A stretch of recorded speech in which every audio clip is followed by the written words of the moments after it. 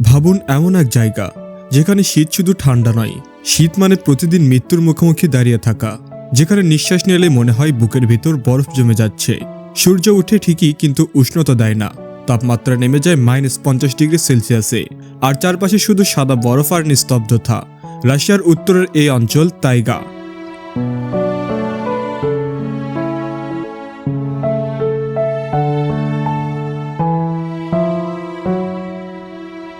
মানুষের জন্য নয় বলেই মনে হয়, অথচ এই অসম্ভব জায়গাতেই শত শত বছর ধরে টিকে আছে এক প্রাচীন জনগোষ্ঠী, খান্তি। এই ভূমিতে প্রকৃতি কোনো দয়া দেখায় না। এখানে ভুল মানেই শেষ। প্রচণ্ড তুষার ঝড়, হিমশীতল বাতাস, দীর্ঘ অন্ধকার রাত, সব মিলিয়ে তাইগা যেন মানুষের সহ্য শক্তিকে প্রতিদিন পরীক্ষা করে।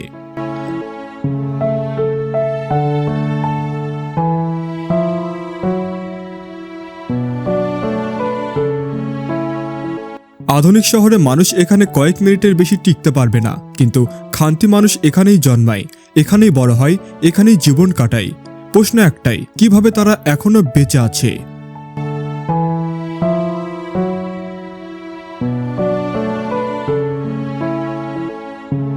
খান্তি জনগোষ্ঠী প্রকৃতির বিরুদ্ধে যুদ্ধ করে না, তারা প্রকৃতির সঙ্গে সমঝোতা করে। তাদের জীবনের কোনো ঘড়ি নেই, কোনো ক্যালেন্ডার নেই।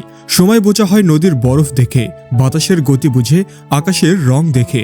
তারা জানে কখন যাত্রা করা নিরাপদ, কখন ঘরে থাকা জরুরি। এই জ্ঞান কোনো বই শেখায় না, এটি আসে প্রজন্মের পর প্রজন্মের অভিজ্ঞতা থেকে।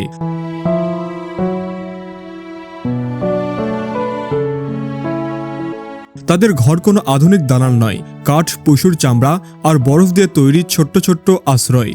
বাইরে থেকে এগুলো খুব সাধারণ মনে হলেও ভেতরে লুকিয়ে আছে জীবন।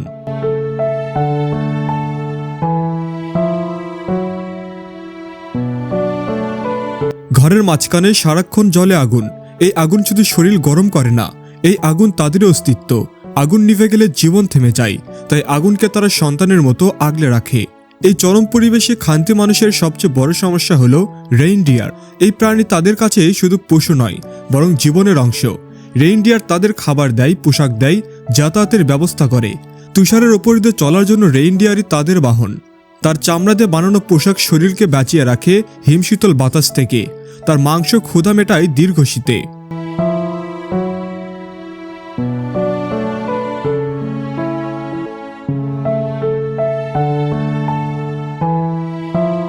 খান্তি মানুষ জানে প্রকৃতি থেকে কতটা নেওয়া যায় আর কখন থামতে হয়।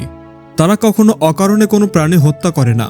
তারা জানে কোনো রেইনডিয়ার কখনো দুর্বল, কখনো শক্তিশালী, কখন একটি প্রাণীকে হত্যা করা প্রয়োজন আর কখন তাকে বাঁচিয়ে রাখা জরুরি ভবিষ্যতের জন্য। এই ভারসাম্যই তাদের টিকে থাকার সবচেয়ে বড় রহস্য।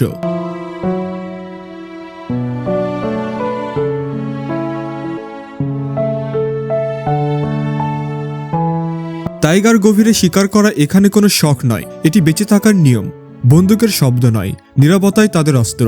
তুষারের ওপর হালকা পায়ের ছাপ দেখেই বোঝা যায় কোন প্রাণী কোন দিকে গেছে। বাতাসের গন্ধ শুকে তারা আন্দাজ করে শিকার কতটা কাছে। এখানে একটিমাত্র ভুল মানেই বিপদ, আর আহত হওয়া মানেই ধীরে ধীরে মৃত্যু।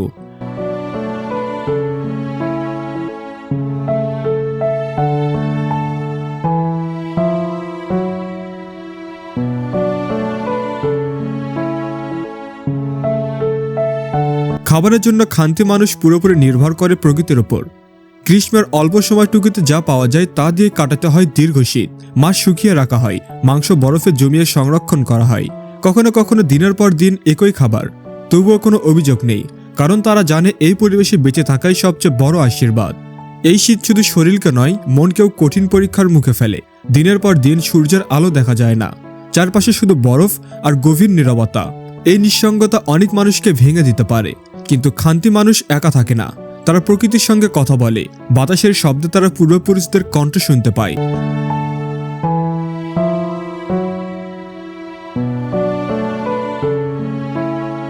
এখানেই শেষ নয়, খান্তি মানুষের জীবনের গভীরে লুকিয়ে আছে আরো অনেক অজানা রহস্য।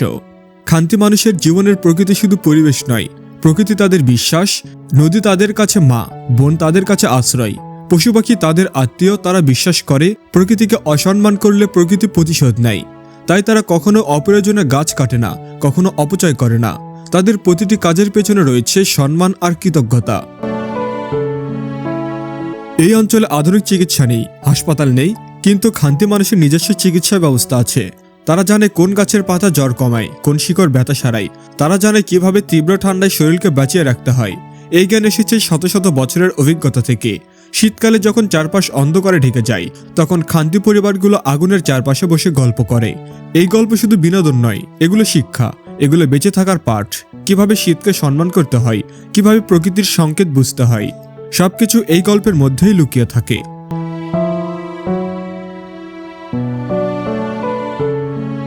আজকের আধুনিক পৃথিবীতে দাঁড়িয়ে খান্তি মানুষের জীবন আমাদের অস্বস্তিতে ফেলে। আমরা যেখানে সামান্য বিদ্যুৎ না থাকলে অস্থির হয়ে পড়ি, সেখানে এই মানুষগুলোই বিদ্যুৎ ছাড়া শতাব্দীর পর শতাব্দী বেঁচে আছে। আমরা যেখানে প্রযুক্তির ওপর নির্ভরশীল, সেখানে তার নির্ভর করে ধৈর্য আর অভিজ্ঞতার ওপর। টাইগার এই ভয়ঙ্কর শীত আমাদের একটু বড় প্রশ্নের মুখে দাঁড় করায়। আমরা কি সত্যি উন্নত, নাকি প্রকৃতির থেকে দূরে সরে গিয়ে দুর্বল হয়ে পড়েছি? খান্তি মানুষের জীবন প্রমাণ করে শক্তি আসে বেশি থাকা থেকে নয়, শক্তি আসে মানিয়ে নেওয়ার ক্ষমতা থেকে। এই মানুষগুলো প্রকৃতিকে জয় করতে চায় না, তারা প্রকৃতির সঙ্গে বাঁচতে চায়। তারা জানে প্রকৃতির শত্রু হলে মানুষ টিকতে পারেন না, কিন্তু প্রকৃতি যদি বন্ধু হয় তাহলে সবচেয়ে নিষ্ঠুর পরিবেশও জীবন সম্ভব।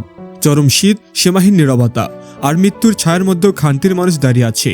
তারা প্রমাণ করে মানুষ এখনো প্রকৃতির বুকে বাঁচতে পারে, যদি সে প্রকৃতিকে শত্রু নয়, বরং সঙ্গী হিসেবে গ্রহণ করে।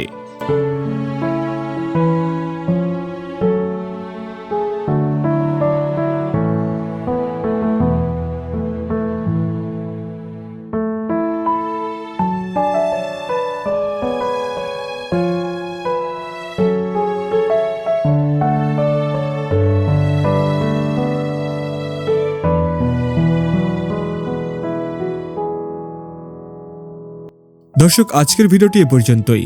ভিডিওটি আপনাদের কেমন লেগেছে তা অবশ্যই কমেন্টে জানাবেন। আর আপনি যদি আমাদের চ্যানেল নতুন হয়ে থাকেন তাহলে অবশ্যই চ্যানেলটি সাবস্ক্রাইব করবেন। ধন্যবাদ সবাইকে।